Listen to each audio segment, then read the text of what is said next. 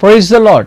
परमेश्वर की स्तुति हो। Shalom. Shalom. I greet you all in the matchless name of Lord and Savior Jesus Christ. मैं परमेश्वर के मधुर और मीठे नाम में आप सबका स्वागत करता हूँ। Once again, I'm very much glad to come in front of you all और एक बार से फिर मैं बहुत ही खुश हूँ आप सबके सामने आकर with this program Learn Hebrew. इस कार्यक्रम के साथ learn Hebrew. I give all glory and honor मैं सारी आदर और सारी महिमा to our Almighty God. हमारे महान परमेश्वर को देता हूँ It is just because of His faithfulness and loving kindness और ये उसकी विश्वास योग्यता और उसकी प्रिय दया के कारण है that I'm able to come in front of you all and teach the Hebrew language. कि मैं आप सबके सामने आने के योग्य हो सका हूँ ताकि आपको बाइबल की भाषा सिखा सकूँ। And also thank you praying for us and watching this program. और धन्यवाद करता हूँ आपकी प्रार्थनाओं के लिए और इस कार्यक्रम को देखने के लिए। And even thank you for giving us your suggestions and feedbacks. और धन्यवाद करता हूँ आपके सुझावों के लिए, आपके फीडबैक के May लिए। the Lord continuously bless you all as you watch this program. और परमेश्वर लगातार आपको आशीष करता रहे जैसे कि आप इस कार्यक्रम को देखते हैं And learn the Hebrew language. और बाइबल की भाषा इब्रानी भाषा को सीखते हैं। Even I give thanks for the people those who are watching this programs in YouTube and even learning the basic or the beginning of the Hebrew language. और मैं उन सभी दर्शकों को धन्यवाद करता हूँ जो YouTube के द्वारा इस कार्यक्रम को देखते हैं और शुरुआती की मूल जो विषय है उसको सीखते हैं। So my prayer and it is that you may continually learn the word of God and enrich yourself in the knowledge of God. और मेरी यही प्रार्थना है कि आप बाइबल को अच्छे से सीखें और परमेश्वर के अनुग्रह में बढ़ते जाएं। Well, in the last episode we have begun of learning the 10 commandments. और जो पिछले कार्यक्रम में हमने 10 आज्ञाओं को सीखना शुरू किया था And I believe you know what is the 10 commandments in the Hebrew language. और मैं आशा करता हूँ कि आप जानते होंगे कि 10 आज्ञाओं को इब्रानी भाषा में क्या कहते हैं। That is और वो है Asheret, अशरेत, Ha, हा, Deberot. देबरोत, Asheret, Ha, Deberot. अशरे, हा, देबरोत, Asheret, Ha, Deberot, which means the 10 commandments और जिसका अर्थ है कि 10 आज्ञाएं or 10 sayings और या फिर 10 वाचाएं or 10 dialogues और जो 10 शब्द which God had given to the people of Israel. और जो कि परमेश्वर ने इस्राएल के लोगों को दिए। How it is? और कैसे है ये?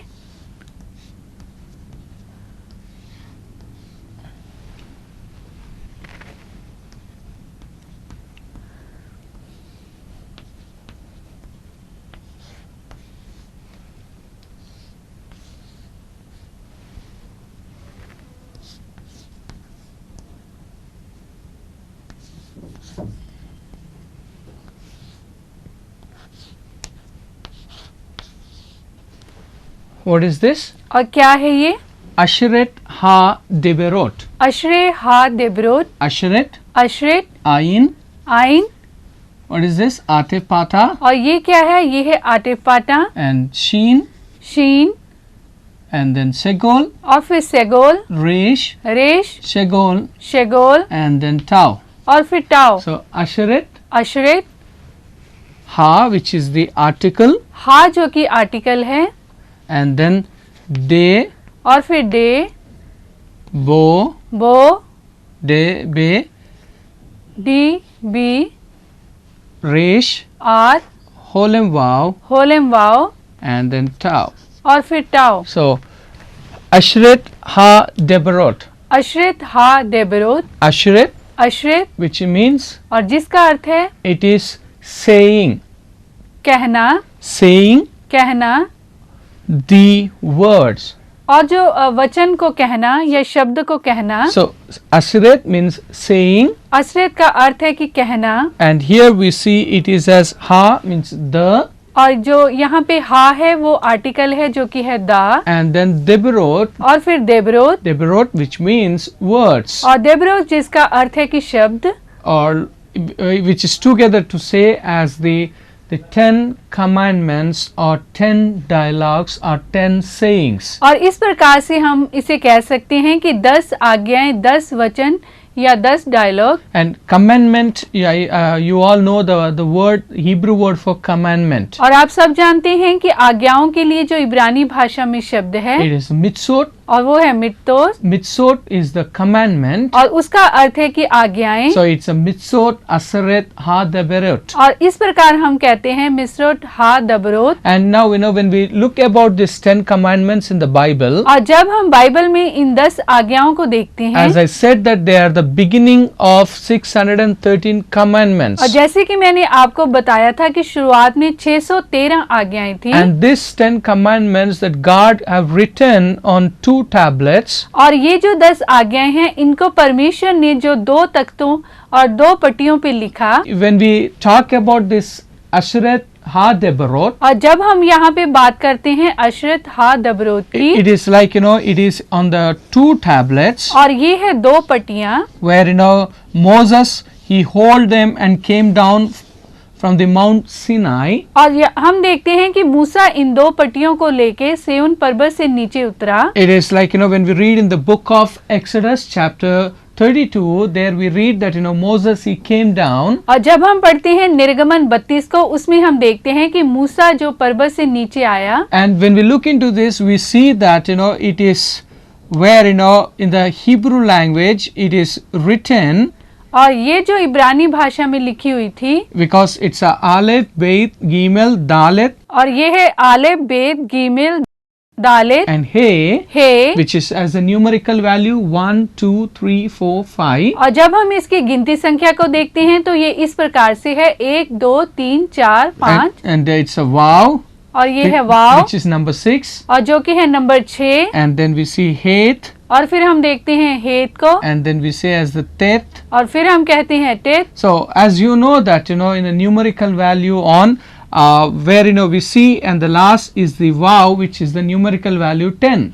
और जब जैसे कि आप जानते हैं कि इनकी ये गिनती संख्या है, और अंत में जो हम As it's a Vav, और ये है वाव, which is numerical value 6, और उसकी जो गिनती संख्या है वो है 6, and then Zayin, और फिर जाइन, the numerical value which is 7, और उसकी जो गिनती संख्या है वो है 7, Het, which Het. is numerical value is 8, और जो इसकी गिनती संख्या है वो है 8, and then Tet और फिर टेत, and Yod, और फिर योद, so which is number 10. और जो कि है number 10। It is written in the 2 tablets, और इनको जो 2 पट्टियों पे लिखा गया था, and there we see even it is written and which is having a connection with the both commandments. और जो दोनों आज्ञाओं में आपस में संपर्क था, It's like you see here और आप यहाँ पे देख सकते हैं when we talk about the first commandment that God told that I am the Lord thy God. और जब हम पहली आज्ञा को देखते हैं तो परमेश्वर कहता है कि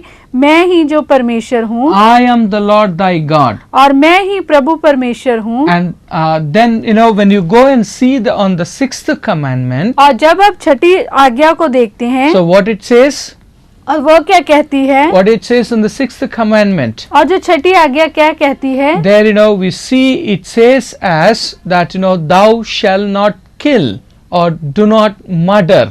और तू जो कत्ल मत करना और तू हत्या मत करना। So we see it is having a connection where it is a God who created us. और जो यहाँ पे हम इनके बीच में संपर्क को देखते हैं, परमेश्वर जिसने हमें हमारी रचना की है। So all this it is in the parallel where we see which is having a connection. और हम इस प्रकार से देखते हैं कि इन दोनों जो आज्ञाओं की पट्टियों में आपस में जो संपर्क है, Like when God said thou shall not take my name in vain, और जब परमेश्वर कहता है कि तू मेरा नाम व्यर्थ में ना लेना, and then what the commandment in the 7th it says, और जो 7वीं आज्ञा क्या कहती है, what it says, और क्या कहती है, it talks about और ये बात करती है that thou shall not lie.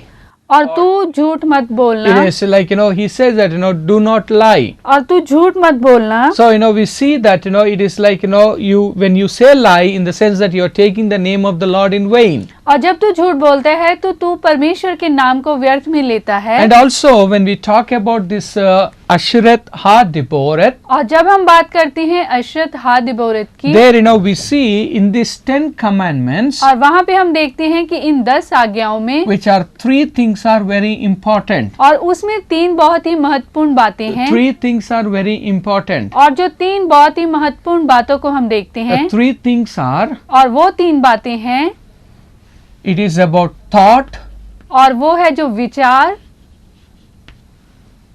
and it is about speech, और वो है जो बातचीत, and it is about action. और वो है जो कार्य करना। So 10 things are there, और जो 10 बातें वहाँ पे हैं, and in these 10 things, और इन 10 बातों में, where in this 10 commandments or in the 10 sayings, और इन 10 आज्ञाओं में या इन 10 बातों में, where we have a thought, और उसमें हम देखते हैं विचार, and we have a speech, और उसमें हम देखते हैं बातचीत को, and we see about the action. और वहाँ पे हम देखते हैं कार्य को। That's what you see when we now categorize about these commandments, और जब हम इनका वर्गीकरण करते हैं इन आज्ञाओं का, and there we see how the Bible and the importance that that God gives to these commandments. और किस प्रकार से ये बहुत ही महत्वपूर्ण है जो कि परमेश्वर ने हमें दी है। It's like if you see the second commandment, और यदि आप दूसरी आज्ञा को देखें, what it says, और वो क्या कहती है, it says if you read in our Bible, और यदि आप अपनी बाइबल में पढ़ें, it says that thou shall not make any graven image. और वहाँ पे लिखा है कि तू अपने लिए कोई मूर्ति खोद कर ना बनाना। So it is like before me. और मेरे सामने, Thou shall not make graven image before me. और तू अपने लिए कोई मूर्ति खोद कर ना बनाना मेरे सामने। Then after that he says that thou shall not take my name in vain. और फिर वो कहता है कि तू मेरे नाम को व्यर्थ ना लेना। So that comes where? और ये कहाँ आता है? That comes in the third. और वो जो तीसरी में आता है। Are you with me? और क्या आप मेरे साथ हैं? Are you able to get what I am trying to say? और क्या आप उस बात को समझ पा रहे हैं जो मैं आपको समझाना चाह रहा हूँ? When we look into these 10 commandments, और जब हम इन 10 आज्ञाओं को देखते हैं, where we see these 10 commandments are to be fixed in our thought, in our speech, and in our action. और हम देखते हैं कि ये 10 आज्ञाएं हमारे विचारों में, हमारी बातचीत में और हमारे कार्य में होती हैं। So now the action, the fourth thing that we see that he says that remember the day of Sabbath. और यहाँ पे जब हम कार्य को देखते हैं, उसमें हम चौथी बात देखते हैं कि वो कहते हैं कि तू विश्राम के दिन को पवित्र मानना। So that remember the day of Sabbath. और जो तू सबत के दिन को, विश्राम दिन को पवित्र मानना। And why you need to remember the day of Sabbath? और क्यों तुझे उस दिन को जो पवित्र मानना है? Because the Lord says that it is holy. और क्योंकि परमेश्वर कहता है कि ये दिन पवित्र है। So remember the day of Sabbath. और तू विश्राम दिन को याद रखना। Because क्योंकि it is holy. क्योंकि ये जो पवित्र है। And then that day you should not work because God took rest. तो उस दिन कोई भी कार्य मत करना क्योंकि उस दिन परमेश्वर ने विश्राम किया। So that's what it is in the book of Exodus. और निर्गमन की किताब में there it says remember. और वहाँ पे लिखा है कि जो याद रखना। But you go to the Deuteronomy chapter 5. और जब आप व्यवस्था विवरण 5 को देखते हैं, there it says keep the day of Sabbath. और वहाँ पे लिखा है कि तू इस दिन को मानना। So it is like remember और याद रखना in Exodus. और जो वो है निर्गमन में। keep और जो मानना it is in Deuteronomy. और वो है व्यवस्था विवरण में। And of course this is said to the people of Israel. और ये जो बातें इस्राएल के लोगों से कही गई थी, it is said to the people of Israel. और ये जो बात है वो इस्राएल के लोगों से कही गई थी। Because I am not talking about that you should worship the Lord on Saturday or Sunday. और मैं आपसे ये नहीं कहता है कि आप जो आराधना करें जो शनिवार को या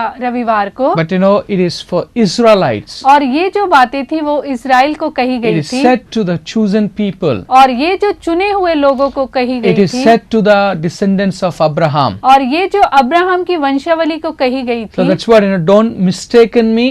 और आप मेरे को गलत मत लीजिए। It is that we are not the descendants of Abraham. और हम जो अब्राहम की वंशावली नहीं हैं। Don't mistaken me that. और आप मुझे गलत मत लीजिए।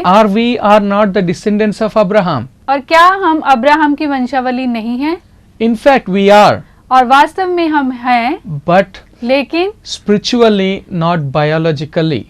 हम आत्मिक रूप में हैं लेकिन शारीरिक रूप में नहीं। We are not biologically the descendants of Abraham, और हम जो शारीरिक रूप में अब्राहम की वंशावली नहीं है, but we are spiritually, because Abraham believed the same God and we too believe the same God. लेकिन आत्मिक रूप में हम जो अब्राहम की वंशावली हैं, क्योंकि जिस परमेश्वर पर उसका भरोसा था उसी परमेश्वर के ऊपर हमारा भरोसा है। But through Abraham the descendants of Israelites came.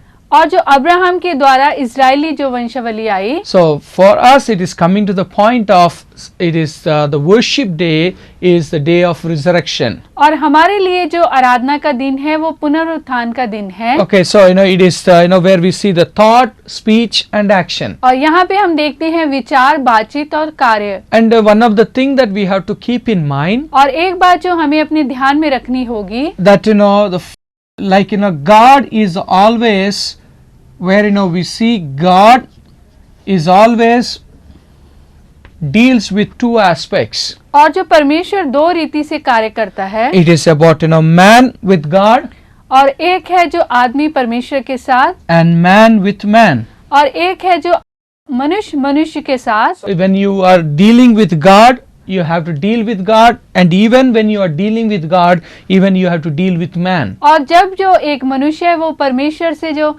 परमेश्वर के साथ है, उसके साथ ही उसे एक मनुष्य के साथ व्यवहार करना है। That's what it's a horizontal and vertical. और ये है हॉरिजॉन्टल और vertical, Where it's a man having connection with God and also a man need to have connection with man. और यहाँ पे हम देखते हैं कि मनुष्य का परमेश्वर के साथ संबंध और मनुष्य का एक मनुष्य के साथ संबंध। It's like when you read about Noah, और जब आप नूह को पढ़ते हैं, the Bible says that he was just and upright. और वहाँ पे बताता है कि वो धर्मी था। When you read about Job, और जब आप अय्यूब को पढ़ते हैं, he was just and upright. और वो एक सच्चा और धर्मी था। So you see that where just and upright. और जो एक न्यायी और धर्मी। And when you see about Noah and Job, और जब आप देखते हैं नूह को और अय्यूब को, so we see it is as the same title as just and upright. और इसी प्रकार से हम जो समान विषय को देखते हैं वो है न्यायी और धर्मी। But when we go into that word, लेकिन जब हम उस वचन में जाते हैं, there he was just before God, और वो परमेश्वर के सामने जो धर्मी था, and then he is upright with the man. और वो जो मनुष्य के प्रति भी धर्मी था। So that's what he is a blameless. और वो जो निर्दोष था, बिना दोष के था। That's what he is a upright, he is a just and blameless. और वो जो न्यायी और जो निर्दोष था, he is a just and blameless. और वो बिना दोष के था और धर्मी था। With God he is just and upright. और परमेश्वर के प्रति भी वो न्यायी और धर्मी था। And he is blameless, where the people or the society they could not blame him of anything. और वो लोगों के प्रति भी धर्मी था, इसीलिए वो उसके ऊपर कोई भी दोष नहीं लगा सकते थे। So that's what it is with dealing with God. और यहाँ पे हम देखते हैं कि परमेश्वर के प्रति जो संबंध, So it is a God and man. और यहाँ पे है जो परमेश्वर और मनुष्य, It's a God and man. और परमेश्वर और मनुष्य। And then when we see the further the fifth commandment or sixth commandment or seventh commandment. और जब हम आगे देखते हैं पांचवी, छठवीं और सातवीं आज्ञा को, So going up to the 8th, 9th and 10th. आठवीं, नौवीं और 10वीं आज्ञा। So where we see it is coming to the point where in this 10 commandments, और इन जो 10 आज्ञा में, it is that man's relationship with the family. और जो एक मनुष्य के अपने परिवार के साथ संबंधों को हम देखते हैं। It's like honor thy father and mother. और उसमें हम देखते हैं कि अपने माता पिता का आदर करना। It is to honor और आदर करना your father and mother. और अपने माता और पिता का। So it is coming to the point of what?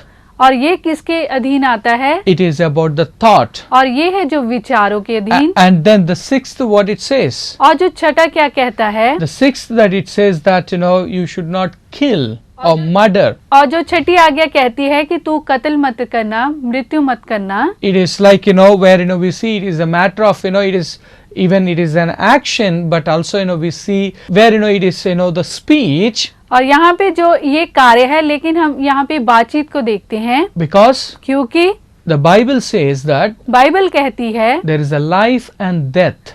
क्योंकि जीवन और मृत्यु It is in your words. और ये आपके शब्दों में है It is in your speech. और ये आपकी बातचीत में है। Your words can give life to a person. Your words can take a life of a person. आपके शब्द एक व्यक्ति को जीवन दे सकते हैं और आपके शब्द एक व्यक्ति के जीवन को ले सकते हैं। Even यहाँ तक कि as it says that no, you should not kill.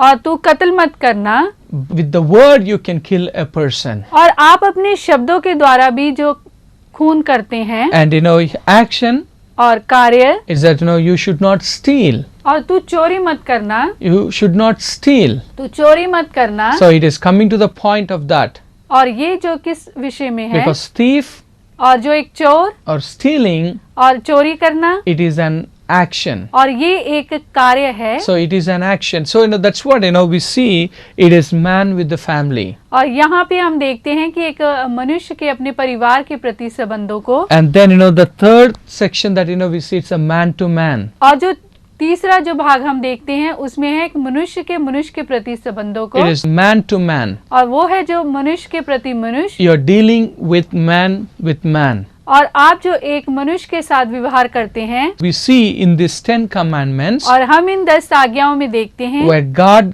talks about 3 things. और जो परमेश्वर 3 बातें कहता है, It talks about your thought और वो आपके विचारों की बात करता है or your thinking, और आपकी सोच की, and He talks about your speech, और आपकी बातचीत की, and God talks about our action. और वो हमारे जो कार्यों की बात करता है। Remember that? और याद करें, That's what the Bible says. और बाइबल कहती है, Like this things comes into the judgment. और ये जो 3 बातें हैं वे न्याय के अधीन आती हैं। These 3 things are based for our judgment. और ये जो हमारे न्याय के अधीन आती हैं, In the day of judgment, और न्याय के दिन में the Bible says बाइबल कहती है, you have to give account of your words. और आपको अपने शब्दों का जो लेखा देना होगा, All the idle words that you speak, that you have to give account to God. और जो भी शब्द आपने, जो भी बातचीत आपने बोली है, की है, उसका लेखा आपको देना पड़ेगा। And then we see it is the action. और फिर हम देखते हैं कार्य को, As the Bible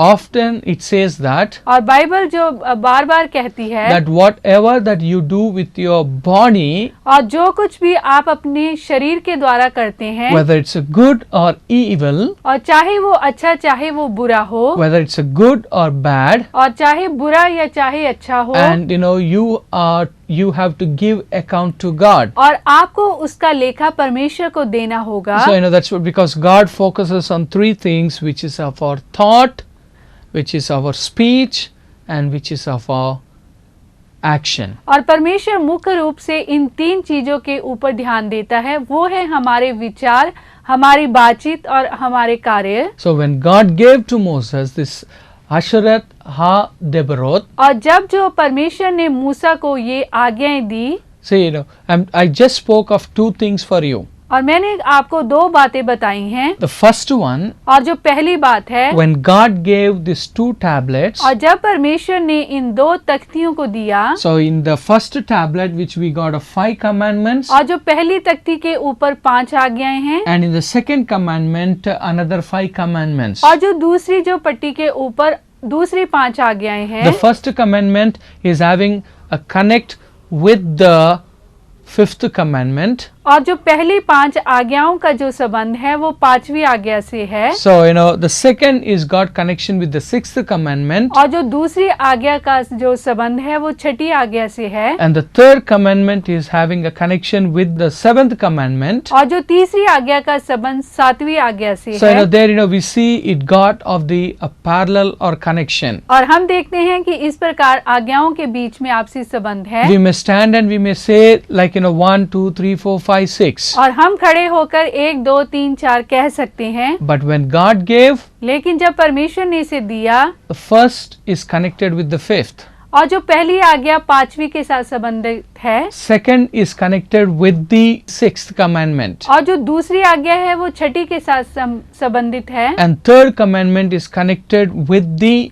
7th commandment. और जो तीसरी आज्ञा 7वीं के साथ साथ संबंध रखती है। And the fourth commandment is connected with the eighth commandment. और जो चौथी आज्ञा वो आठवीं आज्ञा के साथ संबंध रखती You है। started to read together, and then you will able to understand how God is dealing with the God to God and man to man. और जब आप इन आज्ञाओं को एक साथ पढ़ेंगे तब आप ध्यान देना कि किस प्रकार एक जो परमेश्वर का रिश्ता मनुष्य के साथ और मनुष्य का रिश्ता मनुष्य के साथ दिखाता है। And then the second thing that I told, और जो दूसरी बात मैंने आपको बताई, that these 10 commandments और ये जो 10 आज्ञाएं हैं are categorized into 3 sections. और उनको हम 3 भागों में बांटते हैं। With the 3, और 3, it is like 3 sections to say that thought. और जो उसमें हम कहते हैं कि विचार। So section 1, section 2, section 3. और ये है जो भाग 1, भाग 2 और भाग 3। God, man, और परमेश्वर और मनुष्य,